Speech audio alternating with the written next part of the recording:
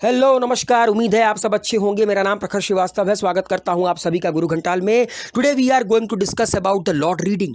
आज हम बात करेंगे 1921 से लेकर 1926 तक हिंदुस्तान के वाइसरॉय रहे लॉर्ड रीडिंग के बारे में, इनके कार्यकाल के बारे में, इनके कार्यकाल के दौरान क्या क्या हुआ, क्या क्या बड़ी बड़ी घटनाएं घटी, हिंदुस्तान की आज़ादी की लड़ाई में क्या परिवर्तन आया, इन सब के बारे में बात करेंगे। निकल पड़ते हैं आज के सफ़र पर। वीडियो पसंद आए तो दबाकर वीडियो को लाइक शेयर कमेंट कीजिए। दोस्तों 1921 में ताजपोशी होती है as a viceroy of India की, किसकी? लॉर्ड रीडिंग की। ठीक है। सबसे पहले उनको तोहफा के तौर पर क्या मिलता है? तोहफे के तौर पर मिलता है केरला में मोपला रिबेलियन। अगर आप लोग केरला चले जाएंगे तो केरला में मलयाली भाषा बोली जाती है। मलयाली में मोपला को कहते हैं दामाद, मतलब हिंदी में दामाद कहते हैं, मलयाली में उसको मोपला कहते हैं। ये रिबेल स्टार्ट हुआ 1921 में। कारण क्या था? असल में अंग्रेज़ों से तो सब परेशान थे, अंग्रेज़ों के कानून से सब परेशान थे। तो ये जो मोपला रिबेलियन था ये 1921 में स्टार्ट हुआ, मगर धीरे धीरे ये पूरी तरह आपका कम्युनल रिवोल्ट में कन्वर्ट हो गया, क्योंकि वहाँ पर एक, मतलब कह सकते हैं कि एक व्यवस्था थी। उस व्यवस्था में क्या था कि जितने भी आपके बड़े बड़े लैंडलॉर्ड थे, जिनके पास बड़ी बड़ी ज़मीनें हुआ करती थी, जिनको नॉर्थ इंडिया में ज़मींदार तालुकदार कहते थे, उनको वहाँ पर जन्मीज़ कहा जाता था। और मेनली जो जन्मीज़ होते थे, जिनको ज़मींदार तालुकदार कहते थे, जिनके पास बड़ी बड़ी ज़मीनें होती थीं, वो हिंदू समाज के थे। और वहाँ पर जितने भी छोटे छोटे किसान थे, टेनेंट्स थे, जो कि जन्मीज़ के लिए काम करते थे, उनको आपका कुडियान कहा जाता था, जो कि मुसलमान थे। तो हमेशा से रहा है कि जब जमींदारों ने दबाया है टेनेंट्स को, तो जो किसान थे उन्होंने प्रोटेस्ट किया है। लेकिन धीरे धीरे ये कम्युनल रिवोल्ट में कन्वर्ट हो गया, बिकॉज एक तरफ हिंदू, दूसरी तरफ मुस्लिम। अंग्रेज़ों ने बड़ी मशक्क़त करके इस रिबेल को दबाया। मालाबार स्पेशल पुलिस बनाई ताकि इस रिबेल को दबाया जा सके। तो 1921 का मोपला रिबेलियन सबसे पहले क्या मिलता है? खैरात में मिलता है लॉर्ड रीडिंग को। 1922 4 फेब 1922 चौरी चौरा कांड होता है। Mohandas Karamchand Gandhi non cooperation movement को कॉल्ड ऑफ कर देते हैं। उनको होती है 6 साल की सज़ा। मतलब 1922 में मोहनदास करमचंद गांधी को 6 साल की सज़ा होती है। कांग्रेस में एक बार फिर से लीडरशिप वैक्यूम आ जाता है, क्योंकि अभी तक सब गांधी जी की सुन रहे थे। गांधी जी के खिलाफ कोई कुछ बोलता नहीं था, कोई कुछ करता नहीं था। मगर गांधी जी के जेल में जाने के बाद कांग्रेस के अंदर फिर से एक, मतलब कह सकते हैं कि बंटवारा हुआ। कैसे? देखिए, एक ग्रुप वो था जो नो चेंजर्स थे, जिनका बिलीव था कि गांधी जी भले ही जेल में है तो क्या मतलब है, हम गांधी जी की विचारधारा को साथ लेकर चलेंगे। वो क्या कहलाए? नो चेंजर्स कहलाए। उन्होंने कहा कि कोई परिवर्तन नहीं होगा, जैसा गांधी जी छोड़कर गए थे वैसा ही आगे चलेगा। जैसे कि डॉक्टर राजेंद्र प्रसाद, अटल बिहारी कह रहा हूँ, वल्लभ भाई पटेल, चक्रवर्ती राजगोपालचारी को प्रोमिनेंट नो चेंजर कहा जाता था। एंड मदन मोहन मालवीय, जो बिलीव करते थे कि नहीं, महात्मा गांधी भले जेल में है मगर हम उनकी विचारधारा को आगे लेकर चलेंगे। मगर एक नया ग्रुप निकल कर आया, जो पढ़े लिखे थे, बड़े बड़े लॉयर वगैरह हुआ करते थे, बैरिस्टर वगैरह हुआ करते थे। उन्होंने कहा कि भैया बहुत हो गया नॉन कोऑपरेशन, बहुत हो गया आपका इनके साथ नॉन कोऑपरेशन का तरीका। अब हमें एक काम करना चाहिए, इलेक्शन में पार्टिसिपेट करना चाहिए, खुद की पार्टी बनाना चाहिए, लड़ेंगे इलेक्शन, और इलेक्शन लड़कर अंदर जाएंगे असेंबली की और डेडलॉक क्रिएट करेंगे। ये कहलाए आपके प्रो चेंजर, जो कि परिवर्तन चाहते थे।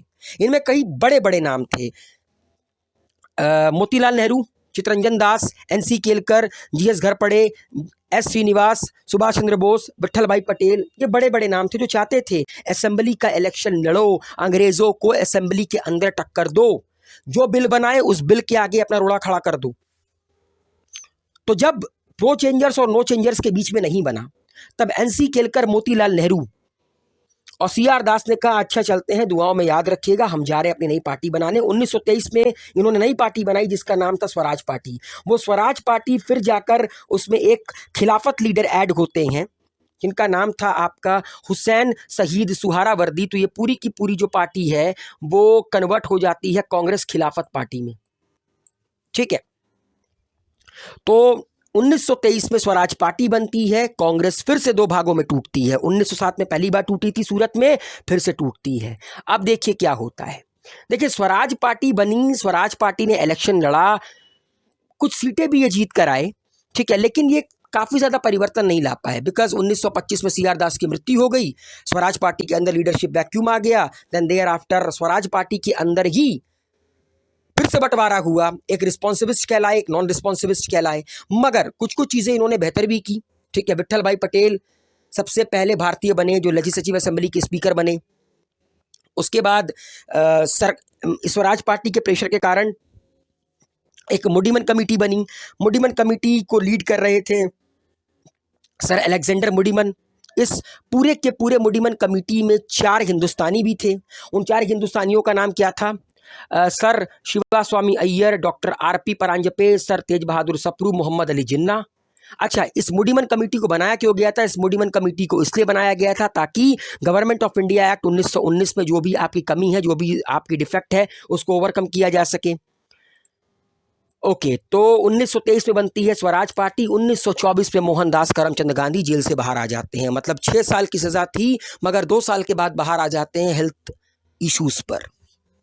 और पहली बार इंडियन नेशनल कांग्रेस के सेशन को लीड करते हैं मोहनदास करमचंद गांधी। बेलगाम कर्नाटका में ये सेशन होता है, वहां पर लीड करते हैं और कहते हैं ये गलती मत करो जो गलती हम लोग पहले कर चुके हैं। 1907 में कांग्रेस टूटी थी ना, एक्सट्रीमिस्ट और मॉडरेट्स में सारे के सारे एक्सट्रीमिस्टों को गायब कर दिया था अंग्रेजों ने। इस बार जो करना है कांग्रेस के अंदर रहकर करो, मैं किसी की विचारधारा को नहीं दबाऊंगा। नो चेंजर्स चाहते हैं, नॉन कोऑपरेशन, वो नॉन कोऑपरेटिव तरीके से आगे बढ़े। प्रो चेंजर्स चाहते हैं इलेक्शन, आप इलेक्शन लड़िए, इलेक्शन लड़कर आगे बढ़िए, मगर जो भी करना है कांग्रेस के अंदर करना है। ऐसा नहीं है कि आप स्वराज पार्टी बनाकर कांग्रेस से मतलब अलग हो जाओगी, बिल्कुल नहीं। और दोस्तों ये एक वो दौर था जिस दौर में आपका कम्युनलिज्म बहुत ज्यादा पॉलिटिक्स में आई। मुस्लिम्स में तबलीग और तंजीम बनी। आर्य समाजियों ने आपका शुद्धि संगठन का निर्माण किया। 1926 में स्वामी श्रद्धानंद की हत्या कर दी गई दिल्ली में, जिसके बाद से कम्युनलिज्म इंडियन पॉलिटिक्स का परमानेंट फीचर बन गया। 1923 में मदन मोहन मालवीय ने हिंदू महासभा को रिवाइव किया ताकि हिंदुस्तानियों के सिविलाइजेशन को प्रोटेक्ट और प्रमोट किया जा सके। 1925 में KB हेडगेवर ने RSS की स्थापना की नागपुर में। 1923 में हुआ पेशावर कंस्पिरेसी। पेशावर कंस्पिरेसी क्या था? आप लोगों को पता है कि तब तक बोल्शेविक रिवॉल्यूशन हो चुका था, मतलब रूसी क्रांति हो चुकी थी, कम्युनिज्म आ चुका था विश्व के नक्शे पर। तो कई सारे पेशावर के जो मुस्लिम हैं वो मॉस्को गए थे वहाँ पर मिलिट्री और कम्युनिज्म की ट्रेनिंग लेने, ताकि हिंदुस्तान आए, उस रिवॉल्यूशन की चिंगारी हिंदुस्तान में भड़काएं और आज़ाद कराएं हिंदुस्तान को। मगर अंग्रेज़ों को ये बात पता चल गई। जब ये वापस आ रहे थे, अंग्रेज़ों ने इनको पकड़ा, उठाकर जेल में डाला, ट्रायल चलाया, कईयों को तो लाइफ इम्प्रिजनमेंट की सज़ा दे दी। तो 1923 में हुआ पेशावर कंस्पिरेसी। उसके बाद अगली चीज होती है काकोरी ट्रेन कंस्पिरेसी। आप लोगों को पता है कि काकोरी ट्रेन कंस्पिरेसी क्या थी, मगर उससे पहले भी कुछ हुआ था, वो था कानपुर बोल्शेविक कंस्पिरेसी। नए नए कम्युनिस्ट उस वक्त हिंदुस्तान में आए थे, जिनका नाम था MN रॉय, मुजफ्फर अहमद, S.A. डांगे, शौकत उस्मानी, नलिनी गुप्ता, सिंगरावेलू चेतियार, गुलाम हुसैन। इन सबको सरकार ने पकड़ा, ट्रायल चलाया, ठीक है, कि ये सरकार के खिलाफ कंस्पिरेसी कर रहे हैं। ठीक है, बिकॉज सरकार कम्युनिज्म से बहुत घबराती थी। रूस में क्रांति के बाद अंग्रेज ये समझ गए थे कि हिंदुस्तानी भी उसी तरह की क्रांति हिंदुस्तान में चाहते हैं। तो इन सबको पकड़ा गया, इनके खिलाफ ट्रायल चलाया गया, कईयों को छोड़ा गया, कईयों ने सरकारी इन्फॉर्मर बनने के लिए मंजूरी दे दी। लाइक गुलाम हुसैन ने कहा अंग्रेज़ों से कि मैं आप लोगों का सरकारी इन्फॉर्मर बनने के लिए तैयार हूँ। अंग्रेज़ों ने कहा ठीक है, तुम आज़ाद हो। बाकी लोगों को 4-4 साल की सज़ा हुई। तो 1924 में आपका हुआ कानपुर बोल्शेविक कंस्पिरेसी केस। 1925 में काकोरी ट्रेन कंस्पिरेसी होती है। HRA के मेंबर, हिंदुस्तान रिपब्लिक एसोसिएशन के कुछ मेंबर्स थे, जिनमें नाम है आपका स्वर्ण सिंह, जो कि भगत सिंह के चाचा थे, राम प्रसाद बिस्मिल, अशफाकुल्ला खान, राजेंद्र लाहिरी, रोशन सिंह। इन्होंने एक ट्रेन को लूटा। उस ट्रेन को लूटने के पीछे का रीज़न क्या था? ट्रेन को लूटेंगे, उसमें भरा जो पैसा है उसको लूटेंगे और उससे हथियार खरीदकर अंग्रेज़ों को लात मार के इस देश से बाहर निकालेंगे। तो ये था काकोरी ट्रेन कंस्पिरेसी। उसके बाद अंग्रेज़ों ने धरपकड़ किया, कई लोगों को ट्रायल चलाया, फांसी दी। ठीक है, तो ये आपका पूरा का पूरा काकोरी ट्रेन कंस्पिरेसी था, जो कि आपका 1925 में हुआ।